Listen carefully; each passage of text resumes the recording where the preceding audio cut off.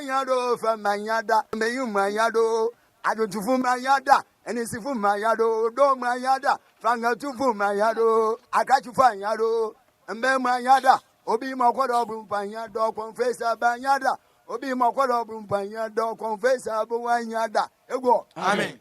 Mama akwaba bium aha ye Akessesem TV jumedie no eye Abakɔsɛm Nkete na ende episode no so ye de bro no kwan so macho so ye school ni anase university ni na opesa adusua ye fo edema wa call www.suaponai.com wa ma adusua no aye fofofo ene ebedi nkomo me opini a ne din ede obenfo kaakɔ a anase dodo na efre no Nana Ra Abu Riverson owo Adumfie spiritual consult Winnie Basanko Junction. Of course, Ope BBF spiritual and someone as a history one. I tell you, he's the best person to reach out to. Yansaka ni die na mema opini kese akwaba ofa ya makwaba. Amen. Yemia. Honamuso Obazo dachen. Mdasi. And you be doing komo kakra dia fa festivals ehun. And one of the festivals in Nebejatum say it is celebrated by a lot of people at our central region. AKOMASE festival home common ye babidi.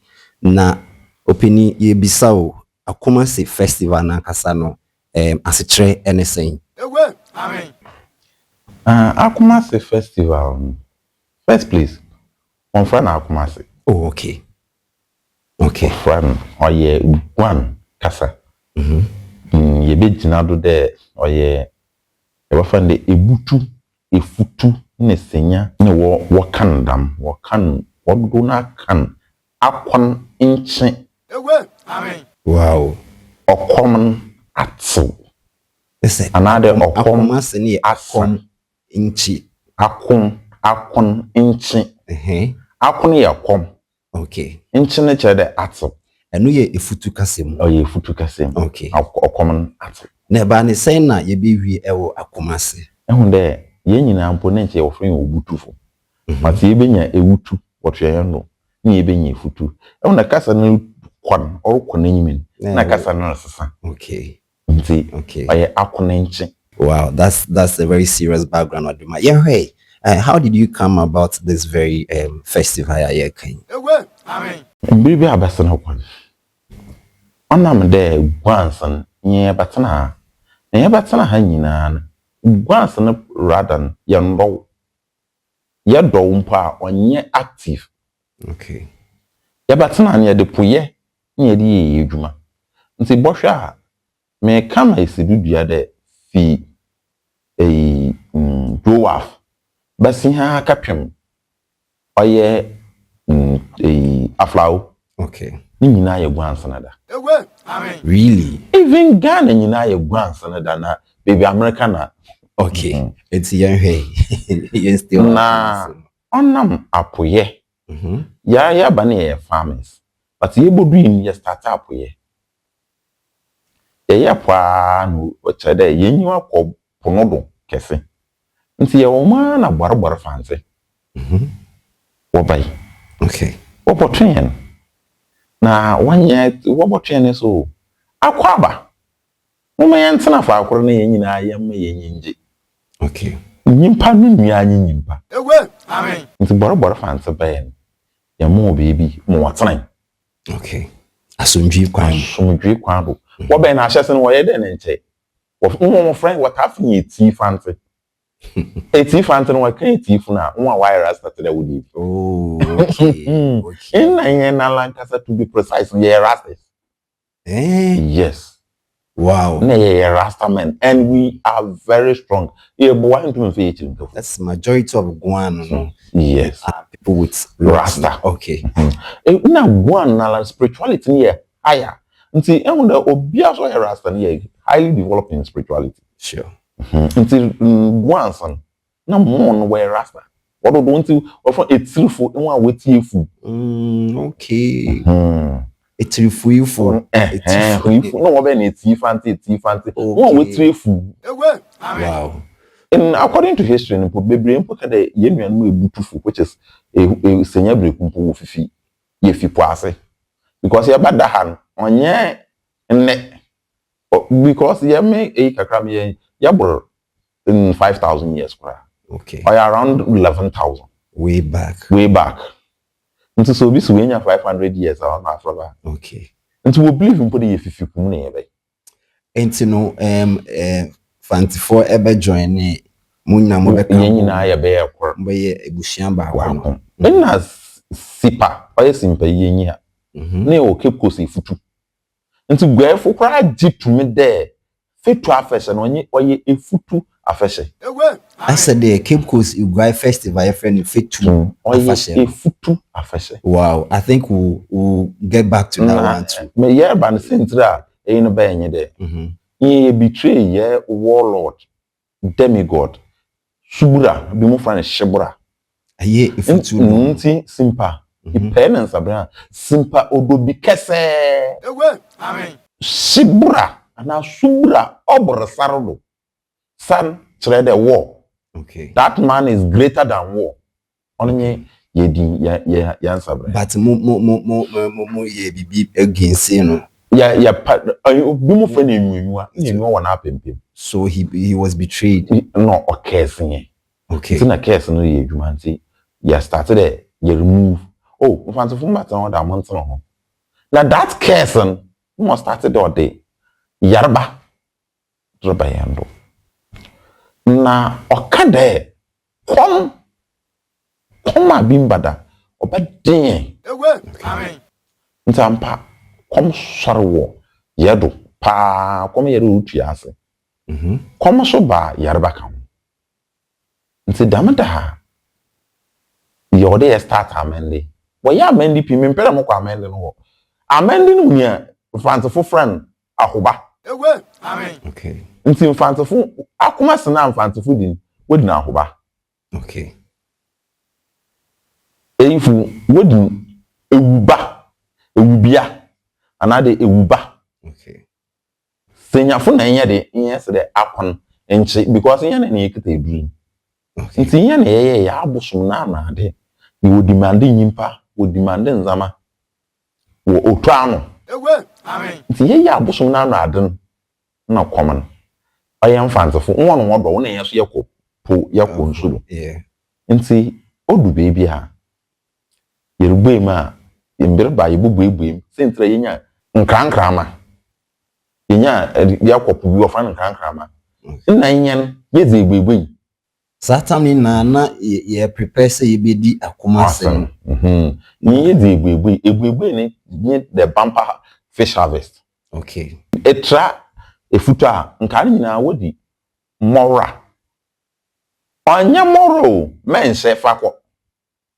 oye futu kasa Amen. okay mense fako say ye tie nkomo ye na chese de efutu ne fante no they have lived very peacefully for a very long time papa yeah ono na ye botum ye de kasa bi te de da mandwum ya ba wadre sawe cheche kule cheche kofisa oye futu nyo really che sei yeah we che ni sei kofi twawo che kunde kuwa ade twawo kodam we nyina ye futu kasa yes che kofi sa asi che kofi sa wow sa de langa twawo de langa kuwa ade ku chere twawo ko right twawo ko left na anya wow nti che kunde so che kofi sa kofi salanga I told you in common Nkete, it's also exciting to join us here. Oh, history there, Baby P. Some of even the songs that we sing that we don't even know the meanings. Over here, we'll make sure we go details. Open it here. Yeah, Fantine efutuna de be join ye na afi din no san kakran. Esa ne se na fantefo ni ntumi mbodin no. Okay. Na yeso ye pem fantefo wasam. It's Satan de no ma wale abubu ma se correct. Nyimpo ofa oto me na me kakasa bi na nnuano mo nkofo gomuafo atase de. Okuseidu. Onye okuru onseikuru. Okuseidu no papa fisimba. Oh. Na maami fi ugwan. Nti your friend Kofi Edu. Kofi Edu prama. Amen. Wow. And Edu prama no they are warriors. Nti pon queen nyina no wona maami krom no ye ninsi obes eyi no ba ha ma ehun na your friend Kofi Edu ye ntuma nka ne ye na ye Kofi Kosedu ana abaye Kosedu oba form gbomu akeno. AKOMASE na nkasa de. And during that era, why ya mending nyina wie ni ediban bay no tunika de onu de ediban na obi amendi bi. Okay. No baye damada otu da na oche da okoman odo etwa. Wow. Nti otu di ni wose yerebeti AKOMASE yerebeti akon nche. Amen. Che no onu di ngotin na ne che de Kombia ni hobi. Kombia ni hobi. Yare bibie ni hobi. Bibia na naman. Yere nti ye starter nam ye nti na yesi egbe ni chere wo egbe abosono den. Amen. Ye na mana nya ye won panu ye wo bibi ofo so bete sura no bete sua na fokọ chere enama ba amaso nti rebesha no say ha mense mora fama no fonko mense mpo man fama no fonko. Okay tie hwe se ye hu se festival no eye die ye dia na chese de ekom de ebi mba bia because some time ago na ho hia na ekom ewo honom nsi ye di we mami mbisa o efutu senya na de edi AKOMASE we no obia de ye different and now say the same period of time time no church. Okay so you church bi mu put start what the woman. Wow. But ni nyina okokowe otunedan. Amen. Otuwe ne da mfantofo wodi ahobake kakraban. No nwodi. Na ahobake se ne de na chere de ediban na abewi. Nti wododo wa akwan wanye wa akwan mo. Akọ ehun there you get a lot of you ediban but you need a lot of water. Or there do na ekwa kwem na ka fe ediban ba. Onye wa akwan mo. AKOMASE no etumi ede eduane na ade ba. Ediban ba na gomu aso akoye akwanbo. Umwe ahobaketwa chere de inye yeze na yere na yedre kai da mazi ni nya wo so waye wade kai. Okay. Waye wade kai. Okay. Tienkrefo waye we are homo. Yeah, hutina tanga. Mini papa. Even there was hutina anga. Na akonenche difference mo no. Difference nye clear. Telo ko hwe homo na yese ye pamo ekom. Yes through kom. Yes through kom. Na eba AKOMASE no so chese AKOMASE the same meaning and so titi will be extra high and common kitten. I told you Abakɔsɛm ne de ye woni say po e wa hanu mu say bomodi asese o university and say o students obekɔ www.suaponaionline.com ama adusua aye fofofo ene mini opening kesi ne de obemfo ka akɔ ana say nanara Abu Riverson oda Adumfie spiritual consult ano ewo Winiba Sanko. I told you say ebani history and as Abakɔsɛm there he has it all. AKOMASE ankasa celebration no and afibia no wachira ma yehu say bosumi bia no ewo krubia ne dia odi which looks very similar but this na dia na esesan kakra. Eti no say eda eti say edua what happens? Maybe AKOMASE ne ye dina yeria one oye wade no we didn't last. Amen. Okay. You know no didn't last. Penine ene na obeya akoba nyina ekowie no akoba akoba kese. Okay. Amen. Matepa. Akoba akoba kese nya akwambo. Nse won akwambo na chere edime na abewi. Okay. So there's so many similarities. We share Gomwani Ifutu na, and then maybe Obeka say Gomwani Ifutu wonka and I say omonka. But I tell you, looking at this history, looking at festivals, and the opinion changing and nature said they have lived together as one family and one people because omo ware omo we a couple we a and that is why we festivals now. What church you more to aswadaba. What sounds who say.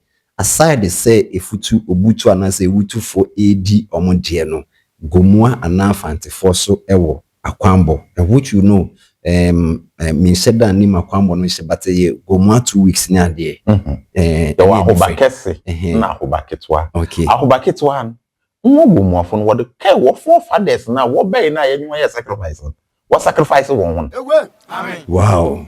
Because yes we never for so sacrifice obi senya for sacrifice obi nkran for so sacrifice obi ansana afashe ni nyina na ansana obi anti obi aka ne de hia o sacrifice na what you bosom otu na na ada okwaya aka den kesi nti obi a de ken wa de hye onu nti so ediban ne bewi a bona akomase bosom Amen. ha no papa your sacrifice no wow mama ken okay what we be you dey around 32 obrumpo o ye be 45 because akom na ade nyina ye ntro na chese de ejafie bia kuku family heads na wa ha obi ade ne de nti wo wie kra nkofo ebien na oka wechi oye eyipefo na otu ano otu ni do odidi a na chere finally okom na ayeden asa Amen. na mum otu ni didi wi a oda that's the final one oda ona na yesisu ntwena ano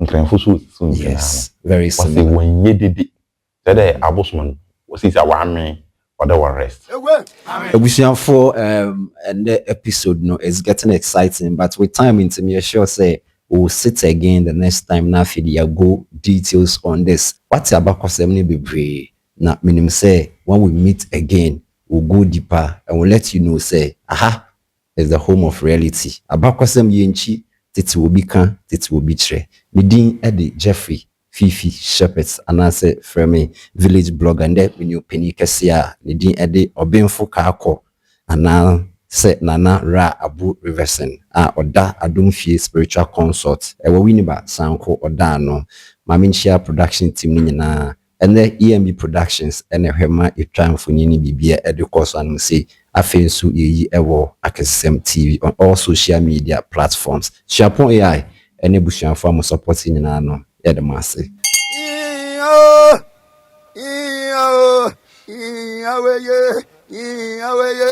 Amen. Amen.